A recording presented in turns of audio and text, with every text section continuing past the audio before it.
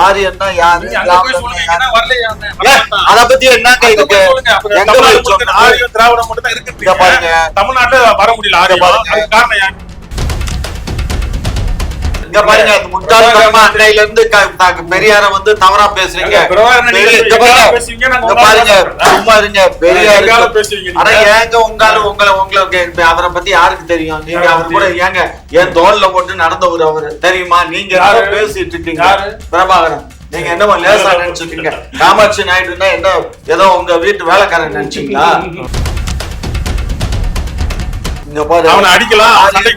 ஆரியத்தினுடைய அடிக்கோள் நாட்டு விழா தான் நடத்திட்டு இருக்காரு திரு சீமான் அவர்கள். அவருடைய அடிக்கோள் நாட்டு விழாவுக்கு அவருடைய தம்பிகளும் அவருடைய கைவானங்களும்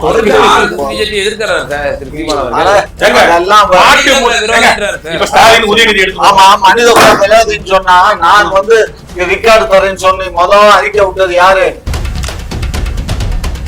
இருக்க போய் தானே அதான் அறிக்கை விடுறாங்க. செந்தில் பாலாஜி சொந்தக்காரன் சொல்லப்ப இருக்குல்ல. இங்க பாரு, அவனு கவுண்டர், ரெண்டு பேரும் கவுண்டர் எங்க இருக்கு? ஜாதி பாசம், ஜாதி பாசம். திமுக வர்சஸ் நாம் தமிழர் இந்த களம் எப்படி சந்திக்க போறீங்க? நாங்க என்னத்தை சந்திக்கிறோம்? நாங்க என்ன போருக்கா போறோம்? மக்கள்கிட்ட ஓட்டு கேட்க போறோம். மக்கள் தான் எங்களுக்கு எஜமானர்கள். மக்களுக்கு நாங்கள் நல்லது பண்ணிட்டோம்னு மக்கள் நினைச்சா எங்களுக்கு வாக்களிக்க போறாங்க, இல்லைன்னா எதிர்கட்சிக்கு வாக்களிக்க போறாங்க. அப்புறம் எதுக்கு திரு அமைச்சர்? வரக்கூடிய 26 தேர்தல்ல மக்கள் முகத்துல முழிச்சு வாக்கு கேட்க முடியாது. மான ரோசம் வெக்கம் எதுவுமே இல்லாத ஒரு கட்சி தான் இப்ப தேர்தல்ல எங்களை ஏற்று.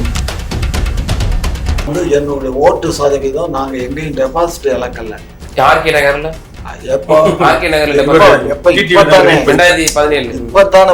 நான் என்ன சொல்றேன், எம்ஜிஆர் பீரியட்ல தான் பேராசிரியரும் ஒருவரும் தான் கலைஞரும் தான் ஜெயிச்சாங்க, மத்தவங்க எல்லாம் தோத்துட்டாங்க.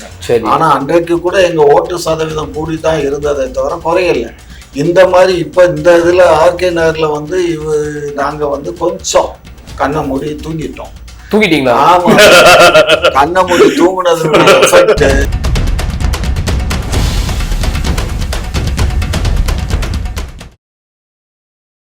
குக்கு செய்திகள் நேயர்களுக்கு அன்பு வணக்கம். இன்றைய சிறப்பு விவாத நிகழ்ச்சியில் நம்மோடு இணைந்திருக்கும் சிறப்பு விருந்தினர்கள் திமுகவை சார்ந்த மரியாதைக்குரிய டாக்டர் ஜி காமாட்சி நாயுடு ஐயா அவர்கள் மற்றும் நாம் தமிழர் கட்சியை சார்ந்த மரியாதைக்குரிய வெற்றி தமிழன் அவர்கள். இருவருக்கும் வணக்கம். வணக்கம்.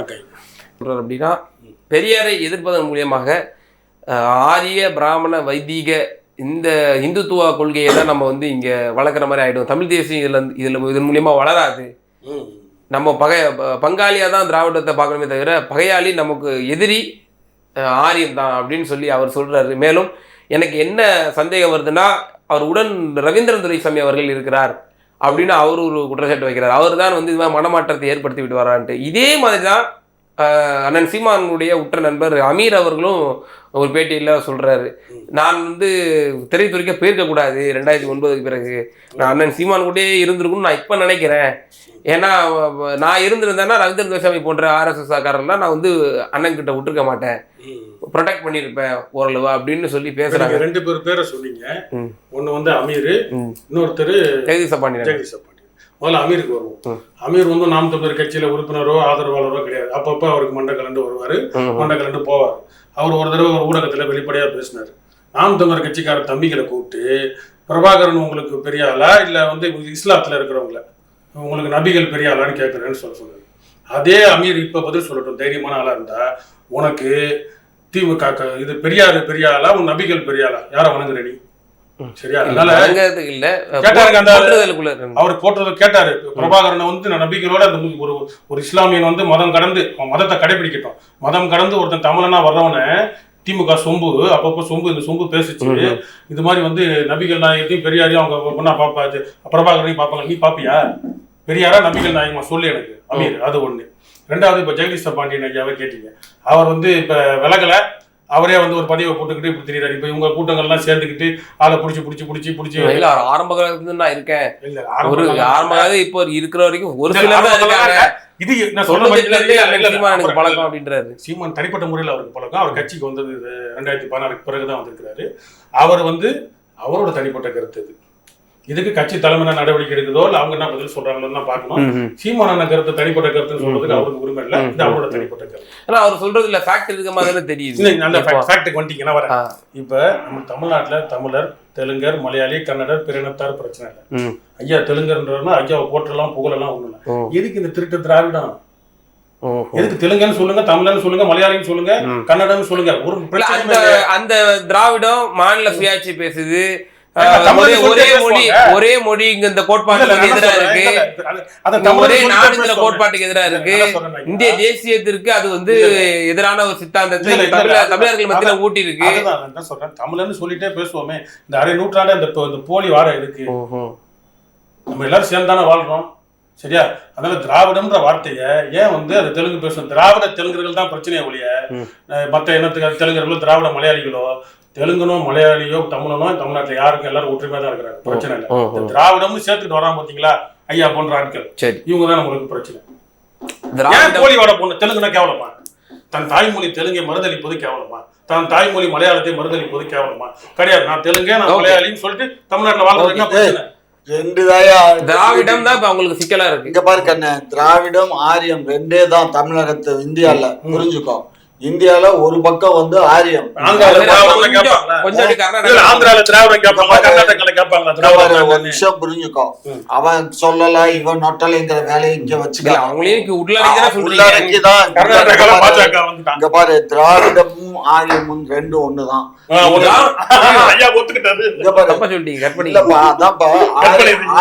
ஆரியமும் திராவிடம் தான் எதிரியை தவிர மற்ற மொழி குடும்பங்கள் இல்ல. இப்ப இந்த ஆரியர்கள் வந்து உள்ளே வர்றதுக்கு தான் திரு சீமான் அவர்கள் திறந்து விட பாக்குறாரு.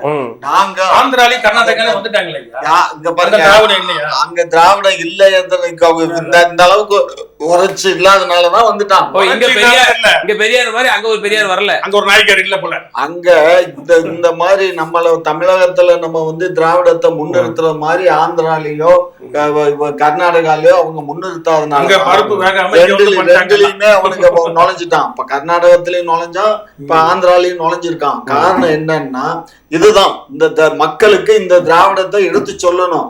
ஆரியன்னா யாரு, அத பத்தி என்னங்க இருக்கு? தமிழ்நாட்டுல வர முடியல, காரணம் யாரு? யாருக்கு காரணம்? நாங்க தான். நீங்க அங்கங்க இருந்து வந்துட்டு திராவிடம் சொல்லிட்டு அங்க சொந்த ஊர்ல சொந்த மண்ணுல பூர்வ மண்ணுல பேச மாட்டாங்க, அங்க பேச முடியல. எது பூர்வ மண்ணு? குடலங்க மண்ணு. நாங்க இந்த மண்ணுக்கு நாங்க தாங்க 2000 ஆண்டுகளா இந்த நாட்டை ஆண்டு வாழ்ந்துகிட்டு இருக்க பரம்பரைங்க. நீங்க எல்லாம் வந்து மெமோரியா கண்டத்துல இருந்து அது கடல் இது போன்ற பேச்சுக்கள் இது போல பேச்சுக்களாலதான் வந்து தமிழ் தேசியத்துல சிலருக்கு வந்து இன்னும் நீங்க பாயிண்ட்ஸ் எடுத்து கொடுக்குறாங்க. லெமோரியா கண்டமா இருக்கட்டும், அழிஞ்சு போச்சு. குமரி கண்டம் எல்லாம் நாங்க அதெல்லாம் குமரி கண்டமும் லெமோரியா கண்டமும் மற்றவர்களை வந்து கடல் கொண்டு போனதுக்கு அப்புறம் இங்க இருக்க பிரச்சனை இல்லைன்றேன், யாரும் பிரச்சனை இல்லைன்றேன். தமிழர் வேற ஆளுங்கிறப்ப எவ்வளவு கொழுப்பு இருக்கு. இங்க பாருங்க, நீங்க வந்து எல்லாமே வந்து ஒரு 5000 ஆண்டுகளுக்கு முன்னாடி நீங்க ஈராக் வழியாக ஆஸ்திரேலியா எல்லாம் இந்த இப்ப இங்க இருக்கக்கூடிய எல்லா குடும்பங்களும் அன்றைக்கு வந்து இப்ப வந்ததுக்கு பின்னாடி இங்க பாருங்க எல்லாமே ஆரியம் கலக்காம தமிழ் இருக்கா, ஆரியம் கலக்காம தெலுங்கு இருக்கா, ஆரியம் கலக்காம மலையாளம் இருக்கா, கன்னடம் இருக்கா, துளுவம் இருக்கா, எல்லா மொழிகள்லயும் ஆரியம் கலந்துருக்கு.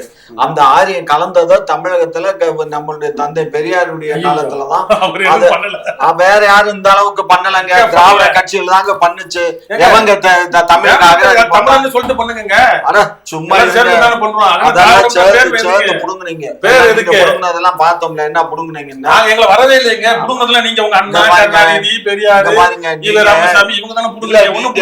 நீங்க வந்து பேசுறீங்களே, அவர் வந்து இவரை வந்து நம்ம அமீர் நீங்க வந்து பிரபாகரனை வந்து இது பண்ணாருன்னு, இதே பிரபாகரன் வந்து 147 பேர் வந்து பள்ளிவாசல்ல தொழுகையில எல்லாத்தையும் சுட்டு கொள்ளலையா? ஏங்க அது ஏங்க அதே மாதிரி கிறிஸ்தவர்களை கொண்டுட்டு போய் 200 லட்சம் பேரை 216 பேரை இதே இதுல இலங்கையில தான் அவங்கள ஞாயிற்றுக்கிழமை ஒரு நாள் பூந்து எல்லாத்தையும் அடிச்சு இல்லாத பொல்லாதெல்லாம் பேச உண்மைதான் இல்லைன்னு சொல்லுங்க மறுக்க முடியுமா? அப்ப பெரியாரோட தெரிஞ்ச நண்பர் வந்து அங்க 40 பேர் தமிழர்களை உயிரோட கொளுத்திட்டு கீழ்வெண்மணியில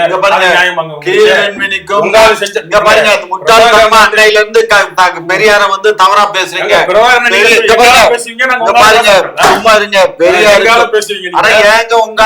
உங்களுக்கு அவரை பத்தி யாருக்கு தெரியும்? நீங்க அவர் கூட ஏங்க என் தோல்ல போட்டு நடந்தவர் அவரு தெரியுமா? நீங்க பேசிட்டு இருக்கீங்க பிரபாகரன். நீங்க என்னமோ லேசா நினைச்சுட்டீங்க. காமாட்சி நாயுடுன்னா என்ன ஏதோ உங்க வீட்டு வேலைக்காரன் நினைச்சீங்களா? சும்மா தம்பி. அதாவது அவருக்கு நாங்க வந்து அந்த அளவுக்கு பிரபாகரன் மீதும் அந்த இலங்கை தமிழர்கள் மீது நாங்க அந்த அளவுக்கு நம்பிக்கை வச்சிருந்தோம். இருமுறை வந்து எங்களுடைய ஆட்சி கலைக்கப்பட்டது. இவ்வளவு நடந்துச்சு. இதே மாதிரி எத்தனை குழுக்கள் இருந்தது. 2009 போர் நடக்கிறப்ப காட்டி கொடுத்த கருணாநிதி போர் முடிஞ்சோன்னு தெலுங்கானா பிரச்சனை வருது. டிஆர் பாலு நாடாளுமன்றத்தில் ஆதரவு தெரிவிக்கிறார். பாசமா இல்லையா? அப்ப தெலுங்கானாக்கு ஆதரவு கொடு வேணான்னு சொல்ல. தனி தெலுங்கானா தனி நாடா கூட ஆகட்டும், மாநிலமாகட்டும், பிரச்சனை இல்லை. அப்ப எங்க மக்கள் சாகிறப்ப மழை நின்றாலும் தூவானம் இருக்கவில்லை. ஒரு மாநிலத்தினுடைய பிரச்சனை சார். அது வந்து அதே ப. சிதம்பரம், அதே சோனியா காந்தி அதே ரோல் பிளே பண்றாங்க, மிரட்டுறாங்க, டிஆர்எஸ் எல்லாம் பண்றாங்க. அப்ப உறுதுணையா இருக்க முடிஞ்சிச்சுலங்க. எம்ஜிஆர் பண்ணது கூட துப்பு உங்களால பண்ண முடியல, மலையாளி பண்ணதை பண்ண முடியல, கன்னட ஜெயலலிதா பண்ணது கூட உங்களால பண்ண முடியல. காட்டி கொடுக்கறது புரோகம் மட்டும் வந்து இப்போ எல்லாம் பண்ணோம். முழுக்க இந்த ஈழப்படுகொலையில நம்ம அக்யூஸ் பண்றோம். திமுக வந்து துணை போச்சு அப்படின்னு சொல்லி நம்ம சொல்றோம். ஆனா அதே கூட்டணியில பாமக இருந்துச்சு. டாக்டர் அன்புமணி ராமதாஸ் வந்து அந்த கூட்டணி மத்திய அப்ப அவர் ஒரு முறை கூட தமிழின துரோகியாக டாக்டர் ஐயாவையோ அன்புமணி ராமதாஸையோ ஒரு முறை கூட நம்ம சொன்னது. மாறாக அவர் கூட்டணி தார்மீக பொறுப்பேற்று அவர் நம்ம தமிழர்கள் சொந்தங்கள் வந்து கொத்து கொத்தா சாராங்கிற பொழுது அவருக்கு தார்மீக அறிவுல பொறுப்பு விலகி வந்திருக்கணும். அவரு வர இல்ல. மாறாக ஒரு சபையிலையாவது நம்ம டாக்டர் ஐயாவை வந்து நம்ம சொல்லியிருக்கோமா தமிழ்ல? மாறாக நம்ம என்ன சொல்றோம்னா 15% நான் கிராஸ் பண்ணிட்டேன்னா என் தலைமையில பாமகவும் விசிகாவும் வரும் நம்ம அழைப்பு தான் விடுறோம். அதை போடுறது இப்பங்க இதுக்கப்புறங்க பாமக தப்பி தவறியா திமுக சொல்லிடுவீங்களா? சொல்ல மாட்டீங்கல்ல. திமுகவையே சொல்லணும். திமுக தானே தலைமை. கருணாநிதி டிராமா போட்டார்ல, 40 நாடாளுமன்ற உறுப்பினர்களும் ராஜினாமான்னு ஒரு தலைப்பு செய்தியை உருவாக்கிட்டு ஒரு பிரஷரை உருவாக்கிட்டு திரும்ப பின்வாங்கிறாரு. நீங்க சொன்ன மாதிரி ராமதாஸ் ஐயா வந்து அப்போதைக்கு அவர் மட்டும் வழங்கியிருந்தாருன்னா இந்த சூடு சொரணம் இல்லாத கருணாநிதிக்கு புத்தி வந்திருக்கும். ஒருத்தன் அவன் தமிழன் தனியா போறானே, நம்மளும் சேர்ந்து பண்ணுவோம்னு ஒரு பெரிய மாற்றம். இப்ப டாக்டர் ஐயாவை ராஜபக்சே கைகூலி அப்படின்னு சொன்னா இது எவ்வளவு அபத்தமான ஒரு வாதமா இருக்கும். அபத்தமான வாதம் இல்ல. அந்த சம்பவத்துல அவங்களுக்கும் ஸ்டேக் ஹோல்டர், அவங்களுக்கும் பங்கு. அந்த ராஜினாமா பண்ணிருந்தாங்க அப்படின்னா கருணாநிதிக்கு மறுத்த மாதிரி நான் இந்த கேள்வி கேட்கறதுனால நீங்க வந்து கனிமொழி போனாங்க, சுஷ்மா ஸ்வராஜ் போய் ராஜபக்சே தனி ரூம்ல போய் பெட்டி வாங்கிட்டு வந்தாங்க. பெட்டி வாங்கிட்டு வந்தாங்க. ஆமாங்க, பேசக்கூடாதுங்க. பெட்டி வாங்கினாங்க. ஆமாங்க, பெட்டினால பணம் பெட்டி இல்ல, கிஃப்ட் கொடுத்தாரா இல்லையா? சுஷ்மா ஸ்வராஜ் தலைமையில போன டீமுக்கு சுஷ்மா ஸ்வராஜ் தனியா கூப்பிட்டு ராஜபக்சே பேசினாரா இல்லையா? இப்போ ஒருவேளை அந்த இடத்துல அன்புமணி அவர்கள் மத்திய அமைச்சராக இருந்தார், அந்த இடத்துல அண்ணன் திருமாவளவன் அவர்களாக இருந்திருந்தால் இல்ல போனார் சார். அந்த நாடாளுமன்ற குழு போச்சு. அந்த இடத்துல ஒருவேளை ஜாதிய ரீதியா பிரிக்கிறதுக்கு நல்லா ராமதாஸ் திருமாவளவன் வரீங்க. இன்னொன்னு எடுத்துப்போம், ஜி.கே. வாசன் கப்பல் துறை அமைச்சர். சரியா? அன்னைக்கு கப்பல் போக்குவரத்து எல்லாம் அவரு இனமான தமிழனா இருந்தா அன்னைக்கு மாற்றம் வந்திருந்திருக்கும். எப்பறம் எங்க தமிழனை கொள்றேன்னு சொல்லி சோனியா காந்தி கழுத்தை பிடிச்சி மன்மோகன் சிங் கழுத்தை பிடிச்சி கேட்டுக்கலாம். அப்ப உணர்வே இல்லைன்னு வச்சுக்கோமே. சரத்குமாரும் கட்சி வச்சிருந்தாரு. அதனால தமிழன் பல பேர் கட்சி வச்சிருந்தாங்க. அந்த திராவிட மாயில வந்து கட்டிங் கமிஷனு ஜெகத் கஸ்பர் ஒருத்தர் தெளிவா சொன்னார். அவர் நக்கீரல் எழுதிட்டு இருக்கிறப்ப தினத்தந்தி மட்டும்தான் எழுதணும் அந்த போரை பத்தி. மற்ற எல்லா பத்திரிகையாளர்களுக்கும் நகை காசு எல்லாம் போச்சு. எல்லாம் கொடுத்தது யாரு? திராவிட திருவாளர்கள் தான் ஃபைல க்ளோஸ் பண்றாங்க. அத்தனை உயிர் போயிடுச்சு. இனியும் போக கூடாது. அந்த திராவிட அதோட சரி. இப்பதான் திமுக சுருக்கிறது வந்து நியாயமான கூட்டணி. அதான் sir. Yes sir, yes. But ஆனா நம்ம சொல்றோம் 2009 தெரிஞ்சு போச்சுடா, இவன் நம்மால் கிடையாது, இவன் வந்து நம்மள பிரித்தாலும் சூழ்ச்சி நம்ம தெரிஞ்சுக்கிட்டோம் நீங்க சொல்றீங்க இல்லையா? பட் ஆனா அவங்கள மட்டும் அக்யூஸ் பண்றீங்களே. அதிகாரத்துல இருந்தாங்க. மாநாடு முடிஞ்சு அந்த போர் முடிஞ்சு போர்னா அது இனப்படுகொலை முடிஞ்சு 1.5 மாசத்துல கருணாநிதி ஐயா அறிவிக்கிறாரு உலக தமிழ் மாநாடு. அதுக்கு தான் அனுமதி கிடைக்கல. உலக தமிழ் மாநாடு அறிவிச்சாரு, அதுக்கு அனுமதி கிடைக்கல. உடனே செம்மொழி இவர் தான் காங்கிரஸ் கூட்டணியில வச்சு தமிழுக்கு மட்டும் வாங்கி கொடுத்திருந்தாருன்னா சிறப்பு. அதை கிளைம் பண்ணி ஓட்டு அரசியல் மாதிரி தெலுங்கு கன்னடா எல்லா மொழியும் உரிமை இருந்தா வாங்கிக்கிட்டோம். இந்த ஓட்டு அரசியல் பண்ணி வாங்கி கொடுத்தாரு. உலக தமிழ் செம்மொழி மாநாடுன்னு நடத்தினாரு. சரியா? அதுக்கு எப்படி விளம்பரம் தேடினாரு? விழுப்புரத்தில் தண்டவாளத்துக்குள்ள ஒரு குண்டை வெடிச்சு, சும்மா டிஃபன் பாக்ஸ் குண்டு மாதிரி வெடிச்சு துண்டு பிரசுரம் கடந்துச்சு, விடுதலை பிடிக்கல இந்த மாநாட்டுக்கு எதிர்ப்புன்னு ஒரு விளம்பரம் தேடினாரா இல்லையா? இதெல்லாம் வந்து புனையப்பட்ட செய்திங்க. ஆதாரம் இருக்குங்க, ஆதாரம் எல்லாம் நீங்க இப்ப கூட தேடி பாருங்க. கருணாநிதியோட செம்மொழி மாநாட்டுக்கு முன்னாடி இதே ஏஆர் ரஹ்மான் ஐயா இன்னைக்கு தமிழ் ஆளுநர் எல்லாம் பேசுறாரு. அவரு செம்மொழியாம் 2 ஆஸ்கர் அவார்டு வாங்கினாரு மாடல. அங்க போர்ல குண்டு நடக்கிறவங்க ஒன்னையாவது திரும்ப கொடுத்திருந்தாருன்னா இனமான தமிழனா இருந்திருக்கலாம். அவருக்கு அப்ப உணர்வுல இப்ப பேசுறாரு, நாங்க பாராட்டுறோம். ஆனா கருணாநிதி கிட்ட செம்மொழி மாநாட்டுல பாடினாரு. அதனால ஒரு தமிழனும் இனமானம் பெறணும். ரஹ்மான் ஐயா மாதிரி இந்திக்காரன் வச்சு ஒரு ரூம்ல வச்சு வெளிநாட்டுல எங்கேயோ டிக்கெட் எல்லாம் கிழிச்சு தூக்கி போட்டோன்னே அவருக்கு வெறுப்பு வந்துச்சு, தமிழனா உணர்றாரு. அது போல மாற்றங்கள் வரும். திராவிடம் ஒழிய தமிழன் வருவோம். ஓகே, திராவிடம் ஒழிந்தால்தான் தமிழ் வந்து தலை நிமிர்வான். ஆமா ஆமா அப்படின்னு சொல்றாரு. அதாவது ஆரியம் வந்தால்தான் தமிழ். ஆரியன் எதிரிங்க, நீங்க துரோகிங்க. ஆரிய எதிரி. இங்க பாரு, அவனை அடிக்கலாம், சண்டை போடலாம். ஆரியத்தினுடைய அடிக்கோள் நாட்டு விழா தான் நடத்திக்கிட்டு இருக்காரு திரு சீமான் அவர்கள். அவருடைய அடிக்கோள் நாட்டு விழாவுக்கு அவருடைய தம்பிகளும் அவருடைய கைவானங்களும் பிஜேபி எதிர்க்கிறார் சார். மனித விளையாதுன்னு சொன்னா நான் வந்து ரிக்கார்டு தரேன்னு சொன்னி முதல் அறிக்கை விட்டது யாரு அறிக்கை விட்டா? சரி, அண்ணாமலை. அப்புறம் என்ன அர்த்தம்? அவங்களுக்குள்ள இருக்குல்ல, இருக்க போய் தானே அவன் அறிக்கை விட்டாங்க. செந்தில் பாலாஜி சொந்தக்காரன் சொல்லப்ப இவங்களுக்குள்ள இருக்குல்ல. இங்க பாரு, அவனும் கவுண்டர் 2 பேரும் கவுண்டர் எங்க இருக்கு? ஜாதி பாசம். சும்மா அதெல்லாம் நீங்க அப்படி எல்லாம் பேசாதீங்க. நீங்களும் அப்படி கம்பேர் பண்ண கூடாது. நீங்க அம்மையா ஜெயலலிதா அப்போ 1.5 வருஷத்துல ஆட்சி கவிழ்த்து வந்த போது நம்ம ஓடி போய் வந்து அந்த ஆட்சியை காப்பாத்துறோமே. அப்போ அது வந்து என்ன பாசம்? ஆரிய பாசம். ஆரிய பாசம் இல்ல, நாட்டு பாசம். மனித நேயம், நாட்டுப்பற்று. அமைச்சராகணும், கொள்ளையடிக்கணும், கொள்ளையடிச்சு. ஆமா, நாங்க அப்ப எல்லாம் நாங்க இங்க பிச்சை எடுத்துட்டு இருந்தோம். நாங்க அங்க போய் பிச்சை பாட்டு பாருங்க. ஒரு அதிகாரத்துக்கு பிச்சை பாட்டு பாடுறது. இந்த முதலமைச்சர் பதவியை வச்சு என்ன செய்யறது? அதுக்கப்புறம் தங்கச்சி, அக்கா, அங்க பிறந்தது எல்லாத்தையும் சேர்த்து வச்சு இல்ல, அது வந்து ஆரியத்தோட அடிபடைஞ்சது இல்லையா கண்ணே? வாஜ்பாய்க்கு அன்றைக்கு இருந்த சூழ்நிலை என்ன சூழ்நிலை? அன்றைக்கு வந்து மீண்டும் ஒரு தேர்தலை சந்திக்க வேண்டிய ஒரு கட்டாயம். ஒரு 45,000 50,000 கோடி வந்து திரும்ப தடுத்து நிப்பாட்டுறதுக்காகத்தான் நாங்க ஆதரவு கொடுத்தோம். வாஜ்பாய் ஆட்சி காலத்துல தான் அப்ப தமிழ் தேசியம் அவ்வளவு யாரும் பேசல. நான் பள்ளிக்கூடம் முடிச்சுட்டு கல்லூரிக்கு போன காலத்துல மெமோரியல் அரங்கத்துல அங்கங்க நடந்த வாஜ்பாய் ஆட்சி காலத்துல தான் இவர் என்ன சொன்னாரு? குட் மேன் இன் ரைட் பார்ட்டினாரு. இந்த திராவிடம் திருட்டு திராவிட கருணாநிதி சொன்னார் good man in right party. அந்த வாஜ்பாய் ஆட்சியில தான் முகஞ்சதாரோ வரப்போ அந்த நம்ம கலாச்சாரம் வந்து அந்த எல்லாமே பாத்தீங்கன்னா வந்து சிந்து சமவெளிகளை வந்து குதிரையா மாடை எடுத்துட்டு குதிரையை போட்டு இது வந்து ஆரிய கலாச்சாரம் கொண்டு வந்து வாஜ்பாய் தான் சிபிஎஸ்இ சிலபஸ்ல 6வது 8வது பிள்ளைங்க மறந்துடக்கூடாதுன்னு அந்த திராவிடம் இப்ப அன்னைக்கு திராவிடம் தான் பேசிட்டு இருந்தோம். திராவிடம்ன்ற வார்த்தையை எடுத்தது. அப்ப அவர் வந்து குட் மேன் இன் ரைட் பார்ட்டியா வாஜ்பாய் செஞ்ச ஒரே நல்ல காரியம் எய்ம்ஸ்ல அட்மிட் ஆகி 2 மூன்று மாற்று அறுவை சிகிச்சை அவருக்கு பண்ணிக்கிட்டாரு. அதை தவிர இன்னைக்கு மோடி என்னென்னமோ ஷைன் இந்தியா, மண் இந்தியா என்னென்னமோ சொல்றாரு. முதல்ல வாஜ்பாய் என்ன தெரியுமா ஆரம்பிச்சாரு? இந்தியா ஷைனிங்னாரு. அந்த இந்தியா ஷைனிங்ல அதோட ஒளிஞ்சார் வாஜ்பாய். கருணாநிதி சப்போர்ட் பண்ணாலும் என்ன பண்ணாலும் திராவிட கருணாநிதி. அப்படி ரைட் மணி ராங் பார்ட்டியா? உன் திராவிடம்ன்ற வார்த்தைய எடுத்துட்டு ஆரியம்ன்ற வார்த்தையை திணிச்சவனோட கூட்டணி வச்சுக்கிட்டு இன்னைக்கு வந்து என்ன பண்றாங்க இவங்க? காமராஜையா இந்த பெரியாரை பற்றியான விமர்சனம் சூடு பிடிச்சிருக்கு. அதே சமயம் பெரியார் பிறந்த மண்ணில் வந்து இப்போ இடைத்தேர்தல், அதில் ஒரு நல்வாய்ப்பாக எப்படி விக்கிரவாண்டியில் அவங்க பாய்காட் பண்ணிட்டாங்க, ஏடிஎம்கே இதுலேயும் பாய்காட் பண்ணிட்டாங்க. அடுத்து பிஜேபி அவங்களும் பாய்காட் பண்ணுறேன்ட்டாங்க. திமுக வர்சஸ் நாம் தமிழர் இந்த களம் எப்படி சந்திக்க போறீங்க? நாங்க என்னத்தை சந்திக்கிறோம்? நாங்க என்ன போருக்கா போறோம்? மக்கள்கிட்ட ஓட்டு கேட்க போறோம். மக்கள் தான் எங்களுக்கு எஜமானர்கள். மக்களுக்கு நாங்க நல்லது பண்ணிட்டோம்னு மக்கள் நினைச்சா எங்களுக்கு வாக்களிக்க போறாங்க, இல்லைன்னா எதிர்கட்சிக்கு வாக்களிக்க போறாங்க. அப்புறம் எதுக்கு திரு அமைச்சர்? அது ஏங்க நாங்க தேர்தல் வியூகம் எடுப்போங்க. அமைச்சர் அமைக்கல நான் கேட்கல. அர்ஜுன் புடுங்குவாரு. எத்தனை மாவட்டங்கள்ல, எத்தனை நகரங்கள்ல, எத்தனை ஊர்கள்ல வெள்ளம் வந்துச்சு. அதுக்கு ஒவ்வொரு தெருவுக்கும் ஒரு அமைச்சர் போறதுக்கு நாங்க என்ன அனுப்பிச்சிருக்கோம்? லூஸ்தனமா யாரும் பேசக்கூடாது. அன்றைக்கு அமைச்சர்கள் ஸ்பாட்ல இருந்தாங்களா இல்லையா? எந்த வெள்ளம் வரும்போது யாரும் இல்லாம இருந்தாங்க சொல்லு?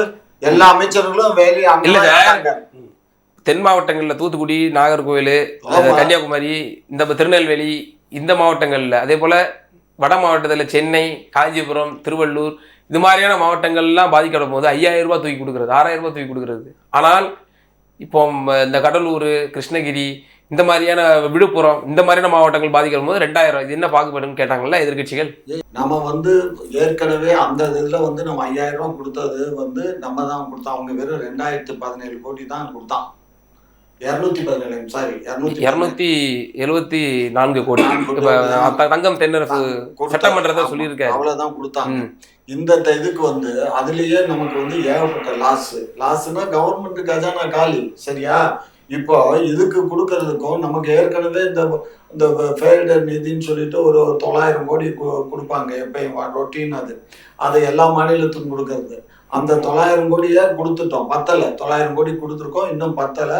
இப்ப திரும்ப நம்ம கேட்டிருக்கோம். இதுவரை 10. நான் இப்படி கேட்கிறேன் கேள்வி, என்னைக்குதான் மத்திய அரசு ஓரளவாவது நிதி கொடுத்துருக்கு நீங்க சொல்லுங்க எனக்கு. இல்ல அந்த காங்கிரஸ் கவர்மெண்ட்ல எல்லாம் காங்கிரஸ் விட்டுருங்க சார், 11 வருஷம் ஆச்சு சார் பிஜேபி இவன் கொடுக்கல. நான் சொல்றேன், அப்ப சென்னை போன்ற மாவட்டங்கள்லாம் பாதிக்கப்படும் போது நம்ம 5000 ரூபாய் கொடுத்தோம்ல, ஏன் இந்த மாவட்டத்துக்கு 2000 கொடுக்கணும்?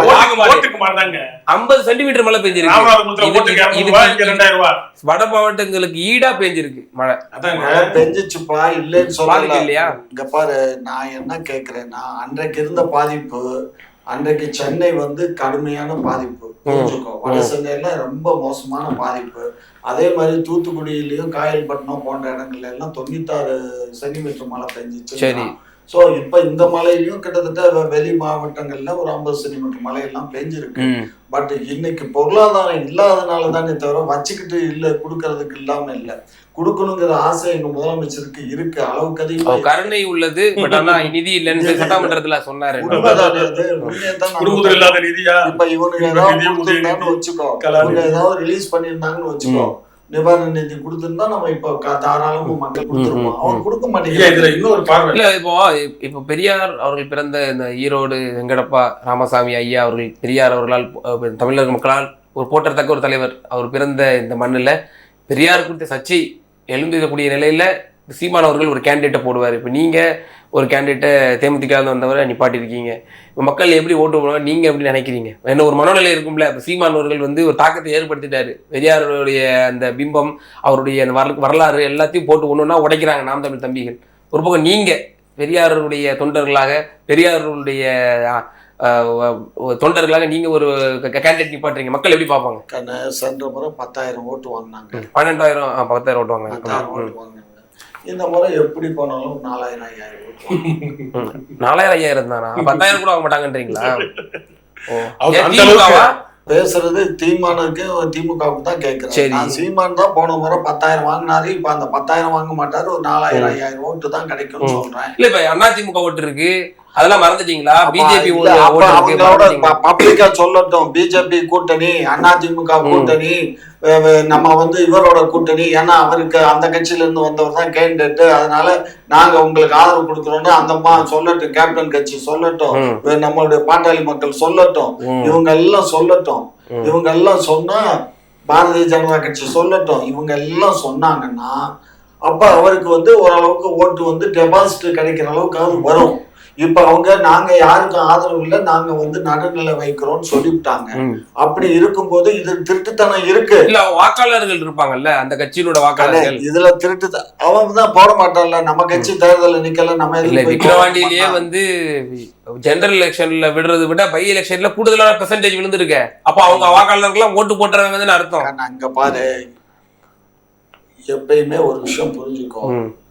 ஈரோட பொறுத்த மட்டும் அது பெரியாருடைய பிறந்த ஊரா இருந்தாலும் சரி, அங்க இப்ப கம்யூனிட்டி வைஸ் தான் பாக்குறாங்க. அதனாலதான் இவர் கம்யூனிட்டிய போன தடவை முதலியார் நிப்பாட்டினாரு. யாரு? சீமான் அவர்கள் நிப்பாட்டின கேண்டிடேட்டும் முதலியார்.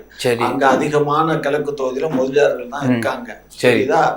ஆகையினால இப்ப இதே முதலியார்களை நிப்பாட்டுறதுனால இவருக்கு ஏதாவது ஒரு 5,000 6,000 ஓட்டு சொல்லலாம். திருவெட்டு சார், 5,000 6,000 ஓட்டு தான் உங்களுக்கு கிடைக்கும். இவ்வளவு பிரச்சாரம் செஞ்சிருக்கீங்க. இப்போ நீங்க தான் பிஜேபி கூட களத்துல இல்லை, ஏடிஎம்கே களத்துல இல்லை, டைரக்டா உங்களுக்கும் திமுகவுக்கு தான் இந்த களம். அப்படி இருந்துமே உங்களுக்கு வந்து 5000 தான் மிஞ்சும் அப்படின்ற ஐயாவோட கணிப்பு மக்கள் எப்படி வழங்குறாங்கன்றது. இப்ப நம்ம இந்த ஒரு தேர்தலும் பார்த்தோம் அப்படின்னா காசு பணமழை இதெல்லாம் வந்து எப்படின்னா இப்ப கிராமப்புறம் வேற, ஈரோடுன்றது ஒரு சென்னை மாநகரம் போல கிடையாது. கிராமப்புறங்கள் என்ன பண்ணுவாங்கன்னா பட்டி போட்டு மக்களை வந்து ஒரு பூத்துக்கு ஒரு கிராமம் 2 கிராமம் இருக்கிறப்ப யார் யார் எப்படி போறா, எப்படி ஓட்டு போடுறாங்க, எட்டி பார்க்க இதெல்லாம் நடக்கும், இயற்கையாக நடக்கும். அப்போ இவங்க ஆளுங்கட்சி வேற எந்த கட்சியும் போட்டிடாதுன்றப்ப இவங்களோட அட்டுழியங்கள் மறைமுகமாகவும் நேரடியாகவும் இருக்கும். அது அதிக தாக்கத்தை ஏற்படுத்தும். அது ஓட்டு வங்கி அவங்களுக்கு ஏற்றும், எங்களுக்கு ஏறுதா இல்லையா அதையும் மீறி தமிழன் இல்லை உங்களுக்கு மக்கள் மண்ணின் மீதும் மக்கள் மீதும் உணர்வா இருக்கிற பேரணத்தாரும் ஓட்டு போடுவாங்க. இப்ப விக்கிரவாண்டிலேயே நம்ம வந்து பாய்காட் பண்ண கட்சிகளுடைய வாக்குகள் நம்ம கோரணும். இந்த பாருங்க, தேமுதிக உங்களுக்காக நான் வந்து ஒர்க் பண்ணேன், 2011 வேலை செஞ்சேன். அதே போல அதிமுக 2014-11 வாக்கெல்லாம் நான் உங்களுக்காக நான் வந்து பணி செஞ்சேன், அதனால அந்த மக்களை எனக்கு போடுங்க, ஒரு வாய்ப்பு கொடுங்க அப்படின்னு கேட்டாரு. மேடைகள்ல பொதுவா பேசினாங்க, வெளிப்படையா கட்சி தலைமையை பார்த்தோம் இல்ல வந்து அந்த வாக்காளர்களை பார்த்து கேட்டாங்கன்னு வச்சுக்கோமே. அதே நிலை இந்த ஈரோடு கிழக்கு பொருந்துமா? இல்ல அது இப்போ வாக்காளர் அனைவரும் இந்த நம்ம நாட்டின் குடிமக்கள் அனைவரும் வாக்களிக்க வேண்டும். அப்ப 2 பேர் தான் பெரிய இதை நிக்கிறப்ப நீங்க எங்களுக்கு வாக்களிங்கன்னு கேட்கறது தப்பு இல்லை, அவங்க போடுறது அவங்களோட விருப்பம். ஆனா இப்ப காமிச்சு இப்ப எதிர்கட்சிகள்லாம் ஒரு இதுக்கு வந்துட்டாங்க, ஒரு நிலைமைக்கு. இப்ப இந்த திமுக யார் தமிழ்நாட்டுல யாரெல்லாம் வந்து ஆளுங்கட்சியா இருக்காங்களோ இந்த இடைத்தேர்தலில் முழுக்க ஜனநாயகத்தை தான் படுகொலை செய்வாங்க. இவங்க முழுக்க வாக்க பணத்தை கொடுத்து வாங்கிடுவாங்க. அதனாலதான் பிஜேபி புறக்கணிக்குது, ஏடிஎம்கே புறக்கணிக்குது. இப்போ நாம் தமிழர் மட்டும்தான் எப்பவுமே களத்தில் நிற்பாங்க. அவங்க என்னதான் தோல்வி அடைஞ்சாலும் நாங்கள் மக்களுக்காக நிற்போம்னு சொல்லி நிற்கிறாங்க. ஏன் வந்து இந்த ஒரு நம்பகத்தன்மையற்ற ஒரு சூழ்நிலையை ஏற்படுத்திட்டோம் நம்ம தமிழக மக்கத்தில்? கேவலமா தோத்து போயிட்டா வரக்கூடிய 26 தேர்தலில் மக்கள் முகத்தில் முழிச்சு வாக்கு கேட்க முடியாது. மானம் ரோசம் வெக்கம் எதுவுமே இல்லாத ஒரு கட்சி தான் இப்ப தேர்தலில் எங்களை விக்கிரவாண்டில நீங்க ஏதோ தூழ்த்தீங்களே. நான் என்ன சொல்றேன், எங்களுக்கு வந்து நாங்க ஜெயலலிதா ஆட்சியிலையும் சரி எம்ஜிஆர் ஆட்சியிலையும் 2 பேர் தான் ஜெயிச்சதெல்லாம் உண்டு. ஆனாலும் நாங்க வந்து என்னுடைய ஓட்டு சதவீதம் நாங்க எங்கேயும் டெபாசிட் இழக்கல. யாருக்கு நகர்ல இப்பதானப்பா நான் என்ன சொல்றேன், எம்ஜிஆர் பீரியட்ல தான் பேராசிரியரும் இவரும் தான் கலைஞரும் தான் ஜெயிச்சாங்க, மத்தவங்க எல்லாம் தோத்துட்டாங்க. ஆனா அன்றைக்கு கூட எங்க ஓட்டு சதவீதம் கூடிதான் இருந்ததை தவிர குறையல. இந்த மாதிரி இப்ப இந்த இதுல ஆர்கே நகர்ல வந்து நாங்க வந்து கொஞ்சம் கண்ணை மூடி தூங்கிட்டீங்களா? ஆமா, கண்ணை மூடி தூங்குனது எஃபெக்ட். நானும் அந்த தேர்தலுக்கு போயிட்டு இருந்தேன், தேர்தல் வேலை நானும் பார்த்தேன். ஈடு கொடுக்க முடியல, அவங்க காசுக்கு ஈடு கொடுக்க முடியுதா? பொய்யான தகவல். இன்னுமே அந்த தொகுதிக்குள்ள நுழைய சொல்லுங்க. இன்னுமே இதே தெரியாதுன்னு இனிமே அந்த ஆர்கே நகர் தொகுதிக்குள்ள போக சொல்லுங்க. இப்ப இல்ல சார், நீங்க கொடுக்கலன்றீங்களா காசு? யாரு? ஆர்கே நகர்ல நாங்க கொடுக்கல, கொடுத்தா செல்லாதுன்னு தெரிஞ்சிருக்கா? பிற கட்சிகள் கொடுத்தாங்கன்றீங்களா? அது நாங்க பார்த்தோம். 20 ரூபா நோட்ல எழுதி கொடுத்தாங்க, பார்த்தோம். அது ஆர்கே நகர் வந்து பிஜேபி கேண்டிடேட் போச்சு, நீங்க திமுக கேண்டிடேட் போட்டுச்சு, எல்லா காலம் கண்டாங்க, ரத்து பண்ணாங்க தேர்தல. அகைன் 2வது வாட்டி நடக்கும்போது தான் தினம் ஜெயிக்கிறாரு. அப்ப ஃபர்ஸ்ட் தடவை கொடுத்து அந்த வாக்காளர்களுக்கு பணம் கொடுக்குறாங்கன்னு தெரியும், கமிஷனுக்கு தெரிஞ்சதுக்கு அப்புறம் தானே ரத்து பண்றாங்களே அவங்க. அப்ப அப்பட்டமா தெரியுது. அப்ப முன்னாள் ஆண்ட கட்சிகள் தான் மக்களுக்கு பணத்தை வந்து அவ்வளவு. இவங்க திராவிட மாடல் சொல்றப்ப இந்த இடைத்தேர்தல ஜெயிக்கிறது, ஓட்டுக்கு கள்ள ஓட்டு, இந்த எல்லாமே வந்து கருணாநிதியா லேச ஆரம்பிச்சு வைப்பாரு. கள்ள ஓட்டு, இந்த பள்ளிக்கூடத்துல ஓட்டு, கிறிஸ்டின் ஸ்கூல் முஸ்லீம் ஸ்கூல்ல ஓட்டு வாங்கல. ஜெயலலிதா பிரம்மாண்டமா பண்ணிடுவோம். அந்த அம்மா ஒரு தடவை மஞ்சள் பையில போட்டாரு கருணாநிதி பொங்கல் பரிசுல, அவர் மூஞ்ச ஒரு தடவை தான் போட்டாரு. ஜெயலலிதா ஜட்டி வரைக்கும் வந்துருச்சு, மூக்கு கண்ணாடி பாஸ் எல்லாத்தையும் ஜெயலலிதா வந்துருச்சு. இவங்க ஆரம்பிச்சு வைப்பாங்க, ஜெயலலிதா பிரம்மாண்டமா செஞ்சு. இப்ப ஜெயலலிதா இவங்க காப்பி அடிக்க ஆரம்பிச்சிட்டாங்க. இடைத்தேர்தல்ல ஜெயலலிதா தான் அந்த காசு கொடுத்து அந்த அடிச்சு நொறுக்கிற வேலை எல்லாம் பார்த்தது, அதை காப்பி அடிக்க ஆரம்பிச்சிட்டாங்க. அதனால இவங்க நல்ல கூட்டணி மாதிரி கூட்டணி. அப்படிங்களா? அப்படிதானா? இல்ல அவர் இன்னொரு குற்றச்சாட்டு வைக்கிறாரு, ஒரு எதிர்கட்சிக்காரரு அவரு கட்சி தேர்தல்ல யாருமே இல்ல, எல்லாம் கிரவுண்ட் காலியா இருக்கு, அதுல இவரு நிக்கிறோம், நாங்க கண்டிப்பா ஜெயிப்போம் அப்படின்னு சொல்றதுக்கு மனசு இல்ல. அப்ப அதுல இருந்து அவங்களுடைய நிலை என்னன்னு புரியாம திரும்ப அதே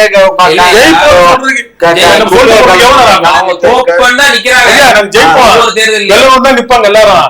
நாங்க வென்றுவோம் சொல்றதுக்கு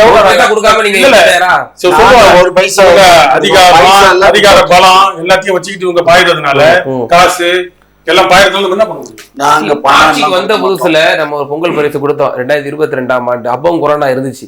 அப்போ நம்ம முதலமைச்சர் வந்து திமுகவினர்லாம் வந்து பெருமையா சொல்லிக்கிட்டோம். பார்த்தீர்களா, இங்க வந்து வெறும் தமிழ்நாடு அரசு அந்த பொங்கல் தொகுப்பு அப்படின்னு அந்த பையில கூட பொறிஞ்சிருச்சு, திமுகவினுடைய உதயசூரியனோ மற்ற எதுவுமே இல்லை, பெருமையா பேசிக்கிட்டோம். ஆனா இப்போ கொடுத்திருக்கக்கூடிய பொங்கல் தொகுப்புகளை பார்க்குறோம், நம்முடைய முதலமைச்சர் ஸ்டாலின் அவர்களுடைய புகைப்படம் பொறிந்து வந்திருக்கிறத பார்க்குறோம். அப்ப இதுவும் அப்போ சார் சொன்னுடைய இது ஒப்பிட்ட சரியா தானே வருது.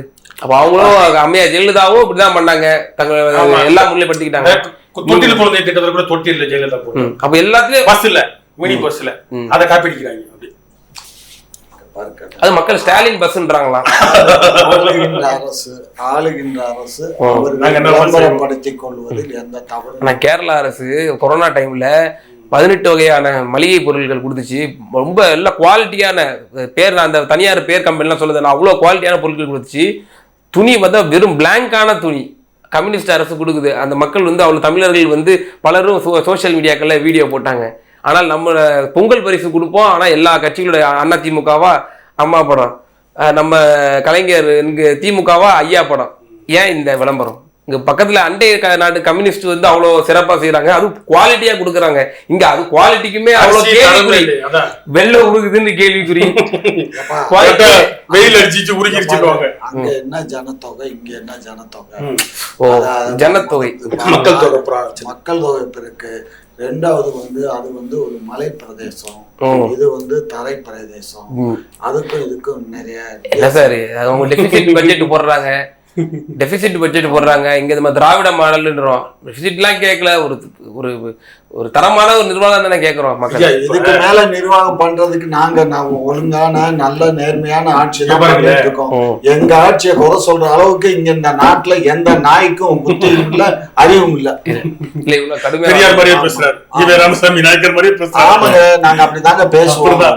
எங்களை பத்தி தவறா பேசுறானோ அவன் தவறு என்ன தவறு செஞ்சோம். சமீபத்துல இப்ப கம்யூனிஸ்ட் விசிகா அவங்க எல்லாம் பேசிட்டு வர்றாங்க, அறிவிக்க எமர்ஜென்சின்னு சொல்லி சொல்றாரு. அப்ப இந்த வார்த்தையெல்லாம் அவங்களுக்கு புரிந்துமாங்கிற கேள்வி வந்துரும். அப்புறம் சங்கடம் ஏற்பட்டு பாத்துக்க வெளியே வந்துட போறாங்க. இப்ப இந்த டிபேட்ல யாரு என் கூட பேசிட்டு இருக்கா அவங்களுக்கு தான் பொருந்தும். தெளிவா அந்த வார்த்தையை ஏற்படுத்துறீங்க. முதல்ல என்ன சொன்னீங்க? திராவிட மாடல் ஆட்சியை யார் குறை கூறினாலும் இல்ல, இப்ப கூட திராவிட மாடல பாராட்டலாம். எப்ப பாராட்டலாம்? இப்ப வந்து இந்தியா முழுக்க வெள்ள நிவாரணம் வருது, இந்தியா முழுக்க கற்பழிப்பு நடக்குது, இந்தியா முழுக்க லாக்அப் டெத் நடக்குது. எப்போ கேப் இருக்கலாம், இடைவேளை இருக்கலாம், விட்டு விட்டு நடக்கலாம், இல்ல எப்பயாவது நடக்கலாம். இவர் சொல்ற மாதிரி கூட ஏத்துக்கலாம். நம்ம அப்படி நடக்கிறது தான் இங்கேயும் நடக்குது. ஏதாவது ஒரு வித்தியாசமா கல்வியில கியூபா மாதிரி இல்ல வேற ஏதாவது வெளிநாடு மாதிரி நம்ம இல்ல ஒரு சாம்பிள் எடுத்து முன்மாதிரி இந்தியாலே இல்ல தமிழ்நாட்டுல மட்டும் தான் அது அப்படின்னு சொல்லி காமிச்சு நிரூபிச்சிட்டாங்கன்னா நம்ம பாராட்டலாம். எதுவுமே கிடையாது. அங்க நடக்கிற கற்பழிப்பு தான் இங்க, அங்க நடக்கிற லாக்அப் தான் இங்க இருக்க போலீஸ் அதே மாதிரி தான் இருக்கா, அங்க இருக்க காவல்துறையும் வந்து ஸ்காட்லாந்துக்கு நிகரான போலீஸ்ன்றாங்க. ஒரு சில விசாரணை, ஆனா ஒரு ஸ்டேஷனு அணுகுமுறை காவல்துறை எப்படி பயன்படுத்துறாங்க அப்படின்றதுல இருக்குல்ல. அப்ப இந்த மாதிரி எல்லாம் இந்திய பாடுறது, நம்ம போலீஸ் நம்மள சொல்றது, முதலமைச்சர் எல்லாம் யாரு, அப்ப இந்த மாதிரி எல்லா வேலையும் எல்லா மாநிலமும் ஒரே மாதிரி தான் இருக்கு. இந்த ஆரிய கட்டமைப்புல திராவிடம்ன்ற அப்ப இந்த ஆரியத்துக்கு எதிராகவோ இல்ல இந்த கட்டமைப்பு தமிழ்நாடு ஏதாவது ஒரு சாம்பிள் வித்தியாசமா கேட்டேன். ஸ்கூல் எஜுகேஷன், காலேஜ் எஜுகேஷன், நீ அதே மாதிரி தான் டெல்லிக்கார கொடுக்குற மாதிரி செமஸ்டர் கொடுக்குற. ஏதாவது பெரியாரை பத்தி சொல்ற, பெரியாரை பத்தி ஏதாவது சார் கொஞ்சம் பொறுங்க. கல்வியில சிறந்த மாநிலம் தமிழ்நாடு சொல்றேன். கிராஸ் என்ரோல்மெண்ட் ரேஷியோல கொண்டு வந்து கிறிஸ்டியன் மிஷனரிஸ்ங்க. பெரியார் ஏதாவது ஈவினிங் காலேஜ் ஆரம்பிச்சாரா இல்ல மாலைநாடு அம்பேத்கர் பேர்ல இன்னைக்கு பள்ளி இருக்க ஸ்டாண்டர்ட் சொல்லுன்னா ஈவேர் கொண்டு வந்தாரா, பெரியார் கொண்டு வந்தாரா? அப்படி அந்த காலத்துல முன்னிலைப்படுத்துச்சு. அந்த காலத்துல ஒதுங்கி இருந்த தமிழனை சட்டம் போடாம இல்ல நம்ம கேவலமா வச்சிருந்த தமிழனை கிறிஸ்டியன் மிஷனரிஸ் இஸ்லாத்துல இருந்து சில மதம் பரப்பு வந்தவர்கள் தான் வந்து அவங்களுக்கு பள்ளி கல்வி எல்லாம் கொடுத்தாங்க. காமராஜர் பச்சை தமிழன் தான் வந்து அரசு பள்ளிக்கூடங்களை அதிகமா கட்டி பண்ணாரு. அந்த அரசு பள்ளிக்கூடம் தமிழ் வழி கல்வியை எம்ஜிஆர் வந்து ஆங்கில வழி கல்வியா மாத்தினது ஒண்ணு திராவிடரு. அடுத்தது அந்த ஆங்கில வழி கல்வியை ப்ரொமோட் பண்ணி தன் குடும்பத்துக்கு ஆங்கில வழி கல்வியை கட்டி தமிழ் வழி கல்வியை அளித்தது இவங்க கருணாநிதி. இன்னைக்கு தமிழ் முடியும் உருப்படியா எங்க இருக்கு? அதுக்கு போய் சொல்லுங்க பாப்போம். எங்க இருக்கா? ஸ்கூல்ல போய் பாருங்க. எல்லாத்தையும் அழிச்சிட்டாங்க.